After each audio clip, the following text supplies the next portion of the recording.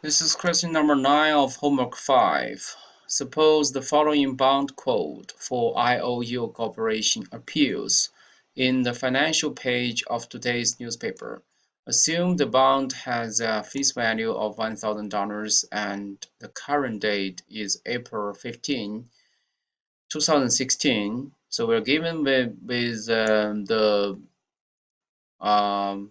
information about a bond, like ticker, coupon rate, maturity date, last price, and last yield is unknown, and this is the estimated volume in thousands.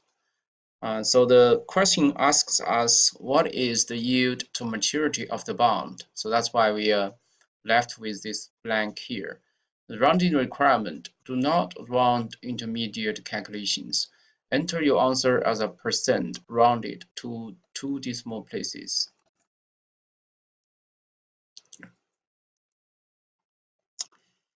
So we talk about in the session that most bonds have semi-annual coupon payment.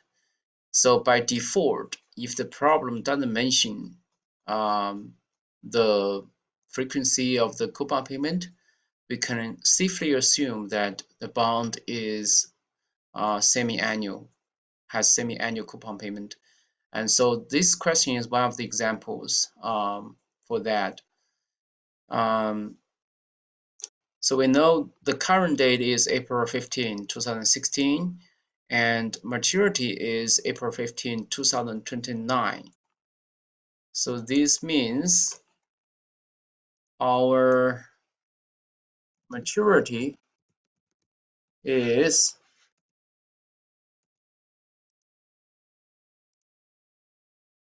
2029 minus 2016, right? So that gives us 13 years. And the coupon rate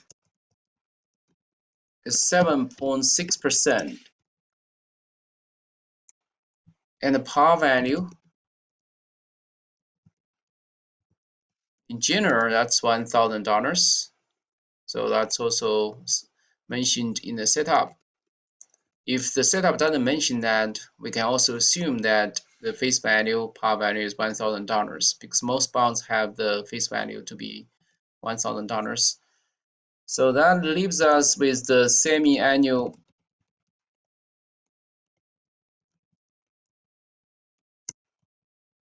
coupon payment.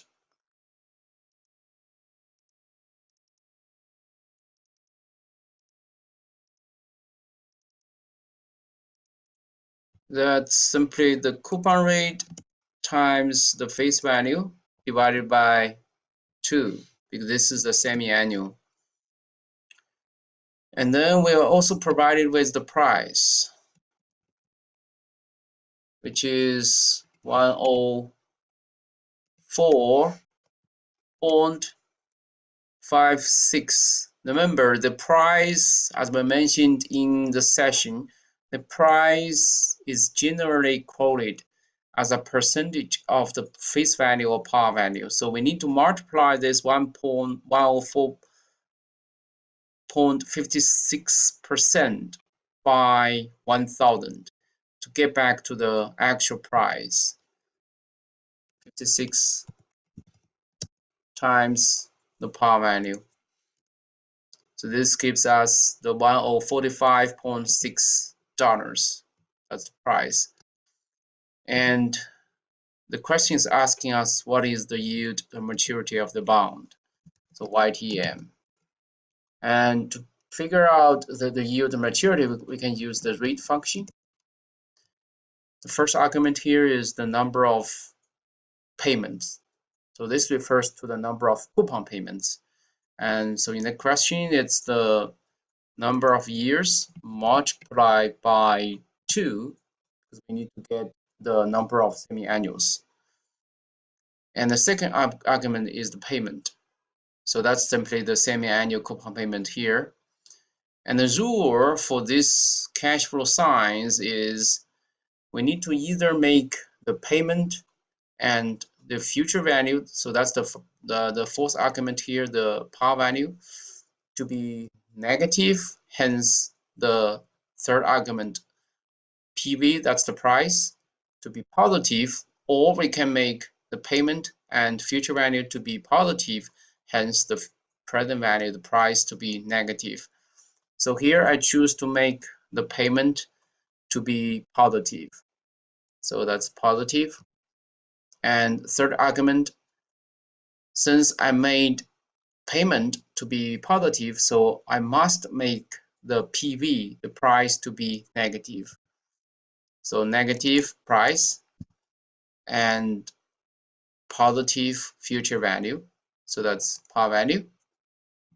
And because we have worked with semi-annual terms for every variable, so that also means the YTM is also in semi-annual terms.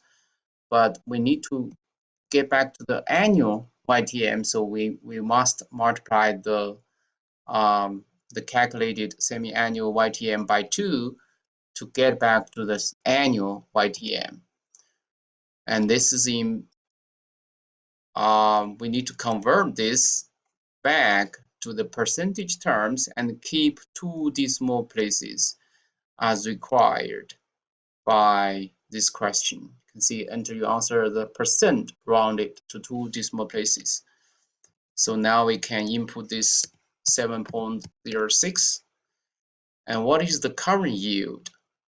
So current yield is simply defined to be the price divided by not the price, the coupon rate, the coupon payment divided by the price. So the current yield is simply the coupon rate times the par value. So that's the annual coupon payment divided by the price.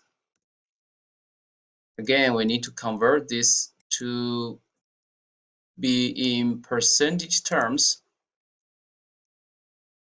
and keep 2 decimal places. So that gives us current yield is 7.27%.